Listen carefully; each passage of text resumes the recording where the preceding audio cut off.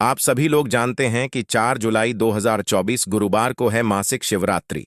इसीलिए दोस्तों, आप लोगों को इस दिन पंडित जी द्वारा बताया गया अपनी अभी की ही समर्पण कथा में एक लोटा जल वाला जो उपाय है जरूर करना चाहिए। और दोस्तों, बहुत सारे लोगों ने तो यह वाला उपाय करना भी शुरू कर दिया है, पर बहुत सारे लोगों को उपाय समझ नहीं आया है, जिस कारणवश वह अभी तक यह वाला उपाय नहीं कर पाए हैं। तो इस वीडियो में आप लोगों को हम 4 जुलाई, जिस दिन जुलाई महीने का पहला गुरुवार है, इस दिन आप लोगों को एक लोटा जल वाला उपाय जरूर करना चाहिए, जो कि पंडित जी ने अपनी अभी की ही समर्पण कथा में यहां पर बताया हुआ है। तो चलिए दोस्तों, उपाय को शुरू करते हैं। देखिए, यह दिन इतना खास होता है, इतना महत्वपूर्ण होता है। देखा गया है कभी कभी बड़े बड़े पूजा पाठ अनुष्ठान से जो मनोकामना पूर्ण नहीं होती है, वह गुरुवार के दिन एक छोटे से उपाय करने से ही आपकी मनोकामना पूर्ण हो जाती है। और बहुत सारे लोगों ने इस उपाय को किया भी है और उनको इस उपाय को करने का फल भी जरूर मिला है। अगर आप लोग भी इस उपाय को गुरुवार के दिन करना चाहते हैं, तो आप इस उपाय को पहले अच्छे से समझ लेना, सुन लेना, उसके बाद करना। आपको इस उपाय का फल जरूर मिलेगा। और इस उपाय को करने से आपके घर में चाहे किसी भी प्रकार की दुख और समस्या क्यों ना चल रही हो, आपको उसका कारण भी नहीं पता है कि भाई यह समस्या किस कारण से चल रही है। उसका कुछ भी कारण हो सकता है, जैसे पितृदोष हो सकता है या किसी भी तरह का मंगल दोष भी हो सकता है, और भी बहुत तरह के दोष होते हैं, कुछ भी हो सकता है। पर आपको इस उपाय को करने के लिए अपने दोष को पता लगाने की भी जरूरत नहीं है। गुरुवार के दिन इस एक लोटा जल वाला उपाय को आप लोगों को कर लेना है। दोस्तों, अब हम समझते हैं इस वाले उपाय को हमें करना किस समय है। तो सबसे पहली बात दोस्तों, हम समझते हैं कि ये एक लोटा जल वाला उपाय करना किसको है। तो देखिए, यहां पर सीधी सी बात है कि ये एक लोटा जल वाला जो उपाय है, ये किस लिए किया जा रहा है। यह मनोकामना को पूर्ण करने के लिए किया जा रहा है, या आपके जीवन में जो दुख और परेशानियां हैं उनको दूर करने के लिए किया जा रहा है, या आपका कोई बड़ा काम है जो कि नहीं हो पा रहा है, आप उसके लिए इस उपाय को कर सकते हो। तो सीधी सी बात यह है कि आप अपनी किसी भी प्रकार की मनोकामना के लिए इस वाले उपाय को कर सकते हो। तो यह उपाय वह व्यक्ति कर सकता है जिस व्यक्ति को अपनी किसी भी प्रकार की मनोकामना भगवान शिव जी से पूर्ण करवानी हो। और अगर कोई भी माताएं बहनें जो है अपने घर की सुख और शांति के लिए, घर में धन समृद्धि को बढ़ाने के लिए वाला उपाय करना चाहती हैं, तो घर की जो बड़ी माताएं बहनें होंगी, घर की लक्ष्मी होती हैं। और जब घर की लक्ष्मी कोई विशेष उपाय करती है, तो उसका फल ही बहुत जल्दी मिल जाता है और बहुत बड़ा होकर मिलता है। अन्यथा इस उपाय को कोई भी व्यक्ति कर सकता है, चाहे वह बड़ा हो, चाहे वो छोटा हो, चाहे वह बच्चा हो। जिस व्यक्ति को ये एक लोटा जल वाला उपाय समझ आ गया, वह व्यक्ति इस एक लोटा जल वाला उपाय को गुरुवार के दिन जरूर करें, क्योंकि उसको इस उपाय को फल बहुत ही जल्दी मिल जाएगा। क्योंकि गुरुवार के दिन भगवान शिव जी बहुत आसानी से प्रसन्न हो जाते हैं। तो आइए अब हम समझते हैं कि इस एक लोटा जल वाला उपाय को आपको करना कैसे है, और इस उपाय को करने का जो समय है वो क्या है। तो देखिए, इस गुरुवार के दिन किए जाने वाले ये एक लोटा जल वाला जो उपाय है, यह मुख्य रूप से सुबह के समय होगा। किस समय होगा? सुबह के समय होगा। आपको कोशिश यही करनी है कि सुबह के समय हम इस एक लोटा जल वाला उपाय को कर लें। पर किसी कारणवश अगर आप सुबह इस उपाय को न कर पाओ, आपको कहीं काम से जाना हो या किसी और काम की वजह से आप उपाय को न कर पाओ, तो आपके पास फिर दूसरा मौका रहेगा, जो कि शाम के समय का रहेगा, प्रदोष काल का रहेगा। अब भाई, प्रदोष काल का समय भी एक बहुत ही लोगों के मन में प्रश्न बन जाता है कि भाई यह समय होता कब है। हम आपको बता दें, प्रदोष काल का जो एक समय होता है, शाम का समय वो होता है, शाम के 6 बजे से लेकर शाम के 7 बजे के बीच का। इस समय के बीच में आप उपाय को करेंगे तो आपको उस उपाय का जरूर फल मिलेगा। तो शाम के 6 बजे से लेकर शाम के 7 बजे के बीच में आप लोग इस एक लोटा जल वाला उपाय को कर सकते हो। तो भैया, बहुत सारे लोग यहां पर ये प्रश्न भी जरूर करेंगे कि भाई हम तो नौकरी पे जाते हैं, हम अपनी ड्यूटी पे जाते हैं और आने में हमें देर हो जाती है, तो उस जगह पर हमें क्या करना चाहिए। तो देखिए, उन लोगों को भी टेंशन लेने की जरूरत नहीं है। अगर आप लोग इस उपाय को शाम के समय प्रदोष काल में कर रहे हैं और अगर आप आने में देरी भी हो जाती है, आपको आने में 7 बजे तक आप नहीं पहुंच पाते हो, तो भाई आप 7:88 या रात 8 बजे तक भी अगर उपाय को करोगे तो भी चल जाएगा। और अगर इससे भी थोड़ा देर हो जाती तो भी आप उपाय को कर सकते हो, क्योंकि गुरुवार का दिन है। यह दिन बहुत ही कम आता है पूरे साल भर में। इसीलिए जब आपको मौका मिल जाए, जब आप इस उपाय को जरूर कर लेना। कोई भी उपाय हो, आप कभी भी कर सकते हो। गुरुवार के दिन बस कोशिश करना कि समय के थोड़ा मतलब अंतर्गत ही कर लो, पर किसी कारणवश अगर ना कर पाओ तो फिर आप थोड़ा देरी से भी कर सकते हो। आपको उपाय का फल जरूर मिलेगा, क्योंकि भगवान शिव विजन बहुत ज्यादा प्रसन्न होते हैं सभी भक्त गणों से जो उनको प्रसन्न करते हैं। तो अब हम यहां पर समझते हैं कि आपको उपाय कैसे करना है। सबसे पहली चीज दोस्तों, आपको एक लोटा जल गुरुवार के दिन शिवलिंग पर किस तरह से चढ़ाना है, जिसके बाद आपकी बड़ी से बड़ी मनोकामना पूरी हो जाएगी और आपको अपने जीवन में सब कुछ मिल जाएगा। दोस्तों, जल तो सभी चढ़ाते हैं, लेकिन शिवलिंग पर जो जल चढ़ाया जाता है उसको चढ़ाने का भी एक नियम होता है। किस तरह से आपको वह जल चढ़ाना है, आज की वीडियो में यह हम आपको बताएंगे। और इस तरह से दोस्तों, जब आप जल चढ़ाएंगे, बहुत जल्दी आपकी मनोकामना पूरी हो जाएगी। आपके जीवन में जो दुख और कष्ट हैं, वो भी दोस्तों बहुत तेजी के साथ आप देखेंगे कि दूर होते चले जाएंगे। तो दोस्तों, अगर आप भी अपने जीवन में सब कुछ हार चुके हैं या आपको लगता है कि अब आपके जीवन में कुछ भी अच्छा नहीं होने वाला है या अच्छा नहीं होने की सारी उम्मीद है, दोस्तों, अगर आपके पास समाप्त हो चुकी हैं, खत्म हो चुकी हैं, तो दोस्तों आपको यह एक लोटा जल का उपाय करना है।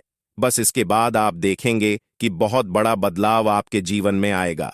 दोस्तों, जब व्यक्ति हर तरफ से हार जाता है, हर जगह से उसे जब निराशा मिलने लगती है और उसे अपने ही जब पराये लगने लगते हैं, तब दोस्तों व्यक्ति को महादेव की शरण में जरूर जाना चाहिए, क्योंकि महादेव ही एक ऐसे देवता हैं जो कि अपने भक्त की बड़ी से बड़ी मनोकामना को भी बहुत जल्दी पूरा कर देते हैं। और महादेव की शरण में जो भक्त जाता है, कभी भी महादेव उसे खाली हाथ नहीं लौटने देते हैं। अपने उस भक्त की जरा सी पूजा से प्रसन्न होकर अपने उस भक्त के जीवन के हर दुख को वो हर लेते हैं, हर संकट को वो दूर कर देते हैं। तो दोस्तों, देवों के देव महादेव का एक नाम भोलेनाथ भी है। तो दोस्तों, आप सभी जानते हैं भोलेनाथ नाम उनका इसलिए है क्योंकि दोस्तों वह इतने भोले हैं कि अपने भक्त की जरा सी पूजा से ही वह प्रसन्न हो जाते हैं। एक लोटा जल भी यदि कोई महादेव को समर्पित कर देता है तो महादेव अपने उस भक्त की हर मनोकामना को पूरा कर देते हैं और उसके जीवन में वो ढेर सारी खुशियों को भी भर देते हैं। तो दोस्तों, सप्ताह का जो हर दिन होता है वो किसी न किसी देवता को समर्पित होता है।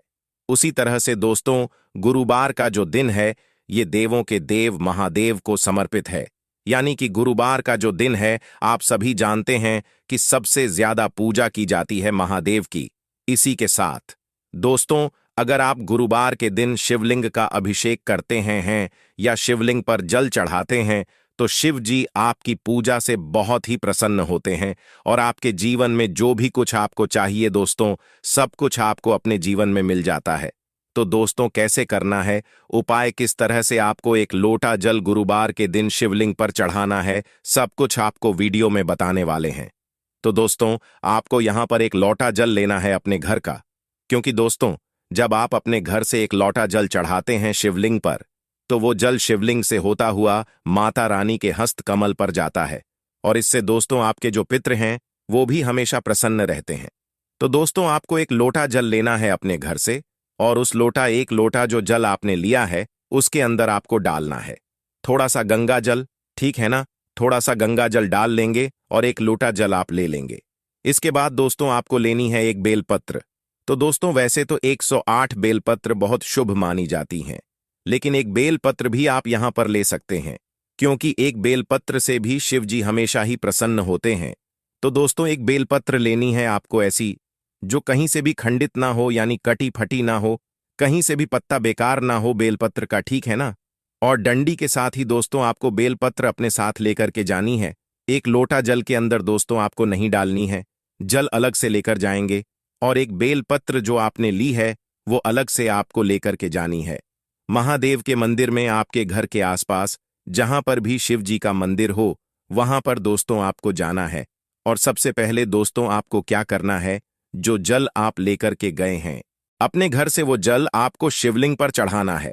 और चढ़ाते समय जब आप शिवलिंग पर जल चढ़ाएंगे तो फेस किधर होना चाहिए? आपका उत्तर दिशा की तरफ दोस्तों आपका फेस होना चाहिए। तो दोस्तों, जब भी आप शिवलिंग पर जल चढ़ाते हैं, इस चीज का आपको पूरा ध्यान रखना है कि आपका जो मुख है वो पूर्व दिशा में ना हो, यानी पूर्व दिशा की तरफ आपका मुख जो है वो नहीं होना चाहिए, क्योंकि पूर्व दिशा को ही भगवान शिव का मुख्य द्वार माना गया है। ऐसे में दोस्तों, पूर्व दिशा की ओर मुख करके अगर आप जल चढ़ाते हैं तो इससे शिव जी के द्वार में अवरोध पैदा होता है और शिव जी आपसे नाराज भी हो सकते हैं। तो हमेशा आप ध्यान रखें कि आपका जो मुख है, जब भी आप जल चढ़ाएंगे तो उत्तर दिशा की तरफ दोस्तों आपका मुख होना चाहिए, आपका फेस होना चाहिए। तो दोस्तों, उत्तर दिशा की तरफ अपना फेस करते हुए आपको जल चढ़ाना है। और जो बेलपत्र आप लेकर के गए हैं, बेलपत्र दोस्तों आपको शिवलिंग पर कब चढ़ाने हैं? जल चढ़ाने के बाद पहले आप जल चढ़ाएंगे, फिर दोस्तों आपको बेलपत्र अर्पित करनी है शिव जी को। और जो भी आपकी मनोकामना है वो दोस्तों यहां पर आपको कह देनी है।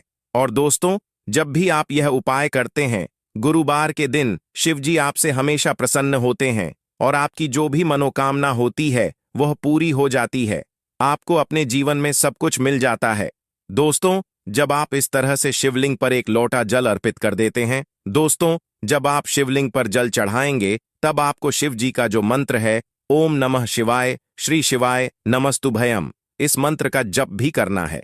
और दोस्तों, यहां पर आपको एक चीज बहुत ध्यान रखनी है कि जब भी आप जल चढ़ाएंगे, जल्दी जल्दी आपको नहीं करना है, बिल्कुल पतली धार बनाते हुए ही आपको शिवलिंग पर जल चढ़ाना है। इस तरह से दोस्तों जब आप जल चढ़ाते हैं तो शिव जी को ठंडक मिलती है।